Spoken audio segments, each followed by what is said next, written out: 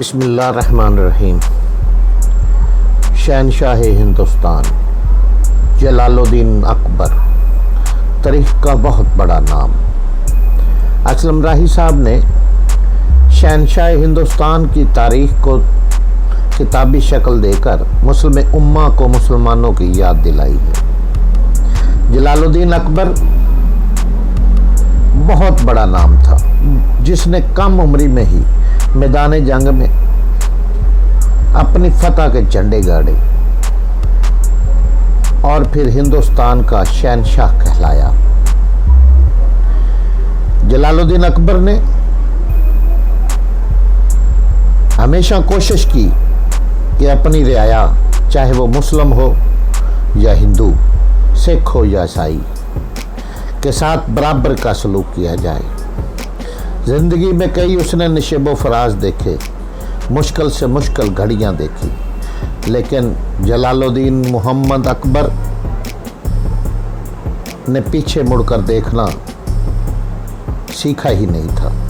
تو آئیے دوستو چلتے ہیں شہنشاہ ہندوستان کی کہانی کی طرف۔ جلال الدین اکبر، قسط نمبر 1۔ اس کا پورا نام جلال الدین محمد اکبر تھا۔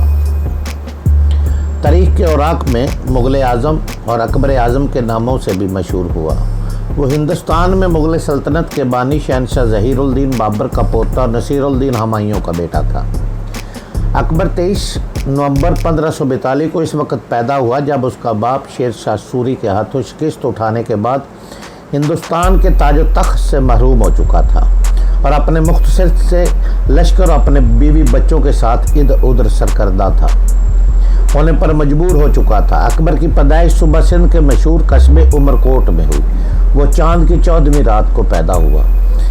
اسی چاند کی 14ویں رات کی نسبت سے ہمایوں نے اپنے بیٹے کا نام پہلے بدر الدین رکھا تھا، بعد میں یہی بدر الدین تاریخ کے اوراق میں جلال الدین محمد اکبر کے نام سے سامنے آیا۔ نصیر الدین ہمایوں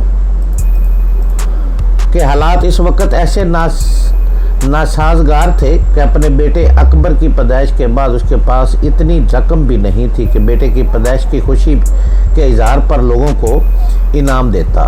لہٰذا اس نے اپنے بیٹے کی پیدائش کی خوشی پر لوگوں میں صرف خوشبو بانٹ کر اپنی خوشی کا اظہار کر دیا۔ اکبر جب 1 سال کا ہوا تو ہمایوں اپنے بچے کچے لشکر کو لے کر سندھ سے نکلا اور قندھار کا رخ کیا۔ قندھار میں اس وقت اس کا چھوٹا بھائی بھی کامران مرزا حاکم تھا، لیکن قندھار کا نظم و نسق دوسرے بھائی عسکری کے ہاتھ میں تھا۔ جو کامران مرزا اور عسکری کو خبر ہوئی کہ شیر شاہ سوری کے ہاتھوں شکست کھانے کے بعد ان کا بھائی ہمایوں ان کی طرف آ رہا ہے، تو انہیں خطرہ ہوا کہ کہیں ہمایوں ان پر حملہ آور ہو کر ان سے قندھار شہری نہ چھین لے۔ لہٰذا ان دونوں غیر ذمہ دار بھائیوں نے ہمایوں سے اپنے بھائی کے رشتے کو سامنے نہ رکھا اور اس پر حملہ کر دیا۔ اس حملے کی وجہ سے ہمایوں اور اس کے لشکری افراتفری کا شکار ہوئے اور ہمایوں اپنی بیوی حمیدہ بانو اور بچے کچھ جانثار ساتھیوں کے ساتھ بھاگ کھڑا ہوا۔ اس بھاگ دوڑ میں ہمایوں کا بیٹا اکبر ہمایوں سے بچھڑ کر ہمایوں کے بھائی عسکری کے ہاتھوں لگ گیا۔ عسکری نے اپنے بھتیجے اکبر سے تو کوئی انتقام نہ لیا، لیکن اسے اپنی بیوی کے سپرد کر دیا تاکہ وہ اس کی پرورش کرے۔ اس طرح اکبر کی پرورش اپنے باپ کی بجائے اپنے چچا کے گھر ہونے لگی۔ ہندوستان سے نکلنے اور اپنے بھائیوں کے ناروا سلوک سے تنگ آ کر نصیر الدین ہمایوں نے ایران کا رخ کیا۔ 2 سال تک وہ ایران میں رہا، یہاں تک کہ ایران کا بادشاہ طہماسپ اس کی مدد کرنے کو تیار ہوا۔ اس دوران اکبر کی پرورش اس کی پھوپھی اور ہمایوں کی بہن خانزادہ نے کی۔ آخر ایران کی مدد سے ہمایوں نے کابل اور قندھار کو فتح کر لیا اور ان علاقوں میں اپنے قدم جمانے شروع کر دیے۔ اکبر جب اپنے باپ ہمایوں سے بچھڑا تو اس کی عمر 1 سال تھی، لیکن جب ہمایوں فاتح کی حیثیت سے کابل میں داخل ہوا اور اپنے بیٹے اکبر سے ملا تو اس وقت اکبر 3 سال کا ہو چکا تھا۔ شیر شاہ سوری کے ہاتھوں شکست اٹھانے کے بعد ہمایوں تو ایران چلا گیا۔ اس کی غیر موجودگی میں ہندوستان پر شیر شاہ سوری حکومت کرتا رہا، لیکن جب ہمایوں نے ایران سے نکل کر کابل پر قبضہ کر لیا، اس وقت تک شیر شاہ سوری فوت ہو چکا تھا۔ شیر شاہ سوری کے بعد ہندوستان میں اس کا بیٹا اسلام شاہ حکمران بنا تھا۔ اسلام شاہ کی وفات کے بعد اس کا نوعمر بیٹا فیروز خان 12 سال کی عمر میں حکمران ہوا، لیکن اسے اس کے ماموں عادل شاہ نے قتل کر کے خود تخت پر حاصل کر لیا۔ عادل شاہ نے تخت نشین ہونے کے بعد یہ محسوس کیا کہ بہت سے امراء اور سالار اس لیے اس کے خلاف ہو گئے ہیں کہ اس نے اپنے بھانجے فیروز خان کو قتل کر کے تخت و تاج حاصل کر لیا ہے۔ لہذا عادل شاہ نے ان سالاروں کو اپنی مٹھی میں لینے کی غرض سے ان میں بھاری رقوم تقسیم کرنا شروع کر دی اور انہیں مختلف خطابات سے نوازتا کہ بغاوت کے آثار پیدا نہ ہوں۔ عادل شاہ کی دوستی زیادہ تر ایسے لوگوں کے ساتھ تھی جو عیش و عشرت، غلط چال چلن کے لوگ تھے۔ ان کا زیادہ تر وقت بھی انہی لوگوں کے ساتھ گزرتا تھا۔ اس لیے شیر شاہ سوری کے ساتھ جو زیادہ تر افغان تھے وہ عادل شاہ کے مزید خلاف ہو گئے۔ گو شیر شاہ سوری نے افغانوں کو یکجا کر کے ہمایوں کو ہندوستان سے نکال باہر کیا تھا، لیکن اب افغانوں میں بھی اتحاد نہ رہا تھا اور انتشار کا شکار ہو چکے تھے۔ عادل شاہ ایک معمولی پڑھا لکھا شخص تھا، لہذا وہ افغانوں کو باہم رکھنے کی صلاحیتوں سے محروم تھا۔ اس کے علاوہ ایک تن آسان شخص ہونے کے باعث زیادہ تر وقت آرام و عیش و عشرت میں گزارتا اور امور مملکت اپنے ملازموں پر چھوڑ دیتا۔ وہ یہ بھی جانتا تھا کہ اس نے اپنے کمسن بھانجے فیروز کو قتل کر کے ظالمانہ اور گھٹیا اقدام کیا تھا، جس کی بنا پر سارا خزانہ لٹا دینے کے باوجود بھی عوام اور افغان امراء اس سے محبت نہ کر سکے۔ اس موقع پر عادل شاہ نے ایک اور غلطی کی۔ اپنے امیروں میں سے جسے وہ دیکھتا وہ اس کے خلاف ہو گیا ہے تو وہ دوسرے امیر کی جاگیر اسے دے دیتا۔ اس طرح اس کے مخالفین میں اضافہ ہوتا چلا گیا، یہاں تک کہ بنگال میں ایک شخص تاج خان نے اپنی خود مختاری کا اعلان کر دیا۔ بیانہ شہر میں ایک شخص ابراہیم سوری نے بغاوت کھڑی کر کے چنار شہر پر اپنی حکومت قائم کر لی۔ ابراہیم خان سوری عادل شاہ سوری کا رشتہ دار بھی تھا۔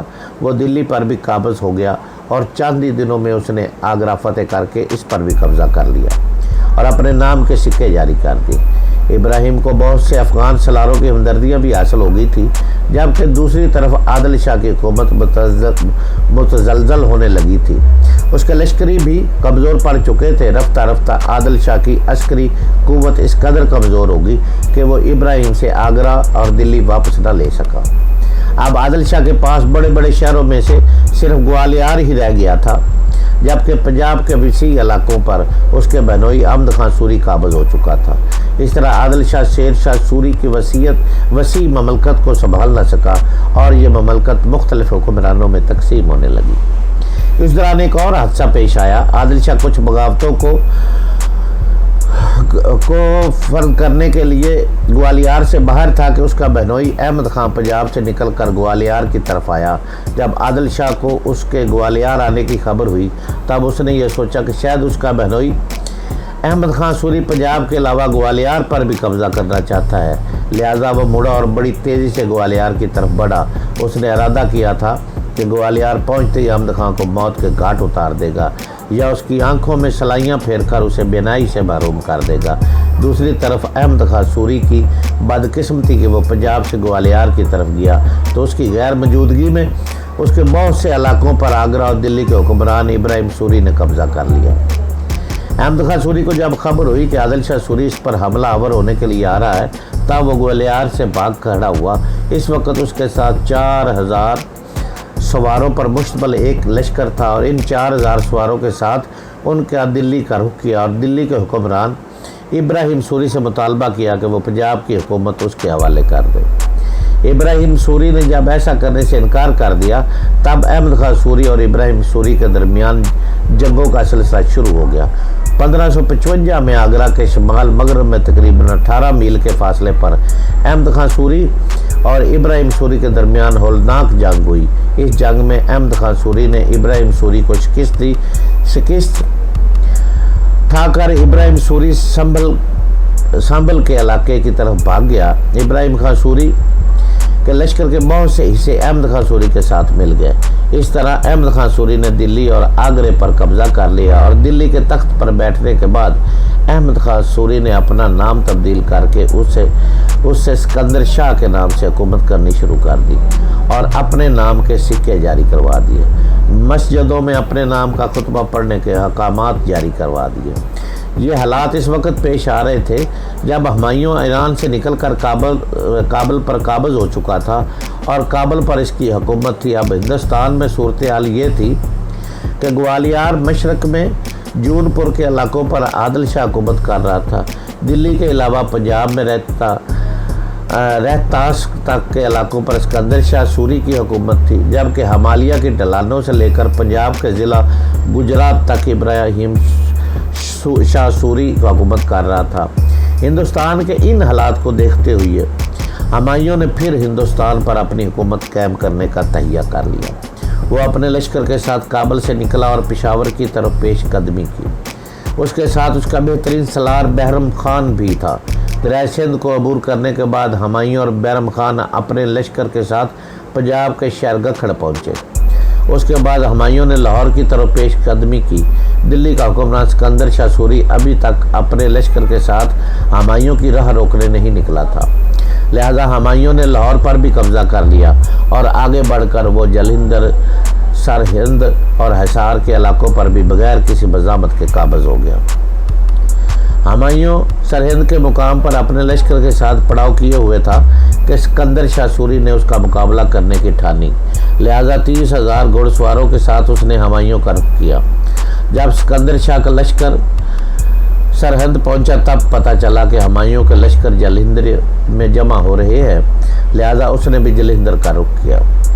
اسکندر شاہ نے اپنے لشکریوں کو حکم دیا کہ ہمایوں اور اس کے لشکریوں کو دریائے ساتلج عبور نہ کرنے دیا جائے اور دریائے ساتلج کے اس پار ان پر حملہ آور ہو کر ان کا خاتمہ کر دیا جائے، لیکن ہمایوں نے بڑی برق رفتاری سے پیش قدمی کی تھی اور اسکندر شاہ کے لشکر کے پہنچنے سے پہلے ہی وہ دریائے ساتلج کو عبور کر گیا تھا۔ دریائے ساتلج کے قریب ہمایوں اور اسکندر شاہ کے درمیان ہولناک جنگ ہوئی۔ ہمایوں کے لشکریوں نے اسکندر شاہ کے لشکر پر اس قدر جلتے پروں کے تیر پھینکے کہ اسکندر شاہ کے لشکر کو بدترین شکست ہوئی اور وہ بھاگ کھڑے ہوئے۔ اس طرح دریائے ساتلج کے کنارے ہمایوں کے لشکر کو فتح نصیب ہوئی۔ اس فتح کے بعد ہمایوں کا سالار بہرام خان سرہند شہر کی طرف بڑھا اور وہاں کی فصیل اور قلعے کو اس نے مضبوط اور مستحکم کرنا شروع کر دیا تھا۔ جس وقت دریائے ساتلج کے کنارے ہمایوں اور اسکندر شاہ کے لشکریوں کے درمیان جنگ ہوئی تھی، اس وقت ہمایوں لاہور میں مقیم تھا۔ اسے جب اس فتح کی خبر دی گئی تو اس نے فتح کا جشن منانے کا حکم دیا۔ ہمایوں نے اپنے لشکر کے ساتھ دلی کا رخ کیا۔ اسکندر ایک بار پھر لگ بھگ 80,000 کا لشکر لے کر ہمایوں کے سامنے آیا۔ کچھ مورخین کہتے ہیں کہ اس کے لشکر کی تعداد 1,00,000 تھی، لیکن ہمایوں نے پھر اسے شکست دی اور اسکندر شاہ شکست اٹھا کر ہمالیہ کی نوائی پہاڑیوں کی طرف چلا گیا۔ اس فتح کے بعد جب ہمایوں شہنشاہ کی حیثیت سے دلی میں داخل ہوا تو اس کے سالاروں میں اختلافات پیدا ہو گئے۔ ہر کوئی یہی سمجھنے لگا کہ اس فتح کا سہرا اس کے سر ہونا چاہیے۔ ہر کوئی یہ خیال کرنے لگا کہ اسکندر شاہ کو شکست دینے کے سلسلے میں اسے اعلیٰ خطابات، انعامات اور اکرامات سے نوازا جائے گا۔ ہمایوں نے جب یہ صورتحال دیکھی تو اس نے ان سے سارے خطابات واپس سے اپنے بیٹے اکبر کو نوازا، جس کی عمر اس وقت صرف 13 سال تھی، اور اس نے ان جنگوں میں بہترین کارکردگی کا مظاہرہ بھی کیا تھا۔ ہمایوں کے اس اقدام سے کچھ سالار اس کے مخالف بھی ہو گئے اور بغاوت پر اتر آئے۔ ہمایوں نے اپنے مختلف سالاروں کو بغاوتیں کچلنے کے لیے روانہ کیا۔ خود وہ دلی میں ہی رہا، لیکن بدقسمتی سے اسے دلی فتح کرنے کے بعد زیادہ عرصہ وہاں رہنا نصیب نہ ہوا۔ 24 جنوری 1956 کو وہ دوسری منزل پر اپنے کتب خانہ کی سیڑھیاں اتر رہا تھا کہ مغرب کی اذان سنائی دی۔